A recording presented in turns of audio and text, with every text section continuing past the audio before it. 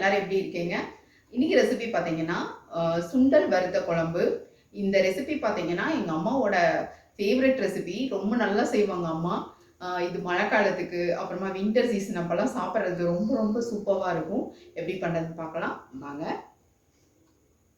இதுக்கு தேவையான பொருட்கள்லாம் நம்ம பார்க்கலாம். பாருங்கள், இதில் ஒரு அரை கப் அளவுக்கு சுண்டல் எடுத்திருக்கேன். பாருங்கள், இதை எடுத்துருக்கலாம். அதுக்கப்புறமா அதே மாதிரி ஒரு 1/4 கப் அளவுக்கு சின்ன வெங்காயம் உரித்து வச்சுருக்குது. ஒரு நெல்லிக்காய் சைஸுக்கு பார்த்திங்கன்னா புளி ஊற வச்சு வச்சுருக்கேன். அதே மாதிரி ஒரு 1/4 கப் அளவுக்கு தேங்காய் எடுத்திருக்கேன்.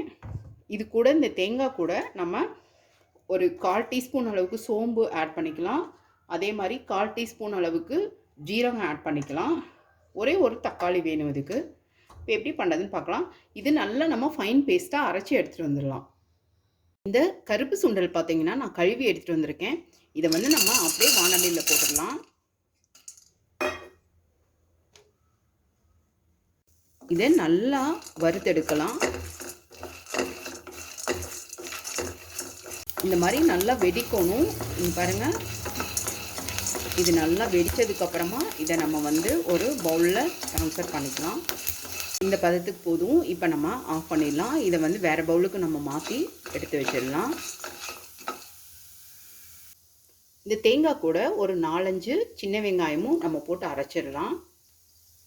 ஃப்ரை பண்ண அதே வானலியில் தான் நான் வந்து 2 டீஸ்பூன் அளவுக்கு ஆயில் போட்டிருக்கேன். நம்ம இப்போ தாளிச்சிடலாம். கடுகு ஒரு 1/4 டீஸ்பூன் போடலாம். அதே மாதிரி ஜீரகம் ஒரு 2 பிஞ்ச் அளவுக்கு போடுறேன்.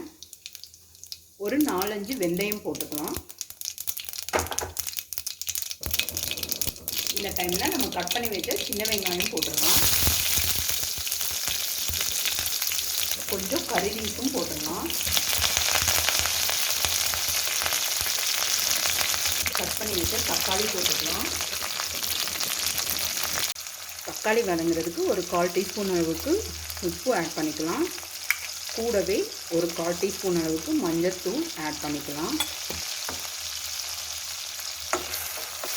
தக்காளி கொஞ்சம் நல்லா வதங்கட்டும்.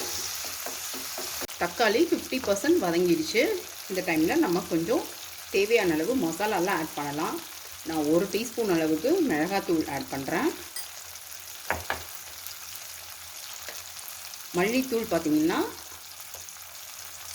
2 டீஸ்பூன் ஆட் பண்ணுறேன். குழம்பு மிளகாத்தூள் இருந்தது அப்படின்னா அது 1 டேபிள் ஸ்பூன் அளவுக்கு ஆட் பண்ணிக்கோங்க. அது இல்லை அப்படிங்கிறப்ப நீங்கள் மல்லித்தூளும் மிளகாத்தூளும் கொஞ்சம் ஜாஸ்தியாக பண்ணிக்கோங்க.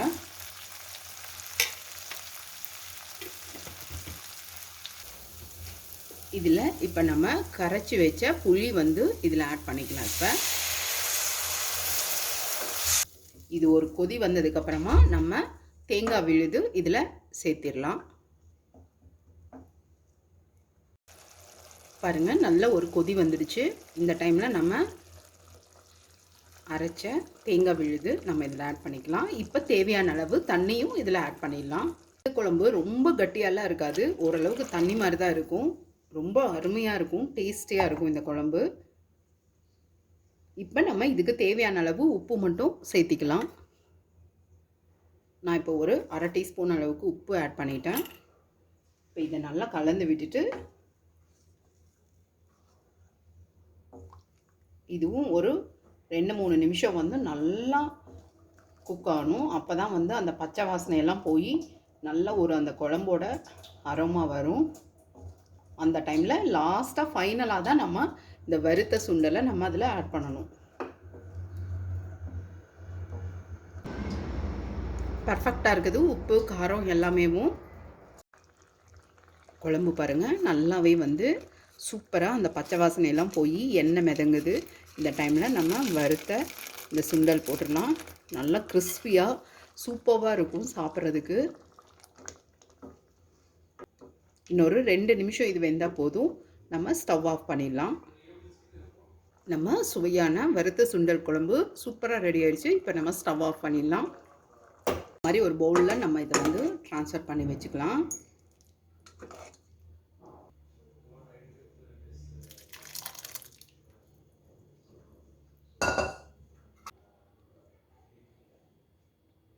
யம்மியான வறுத்த சுண்டல் குழம்பு ரெடி ஆகிடுச்சு. இது மழை காலத்துக்கு ரொம்ப எம்மியாக இருக்கும். இந்த வீடியோ பிடிச்சிருந்ததுன்னா லைக் பண்ணுங்கள், ஷேர் பண்ணுங்கள்.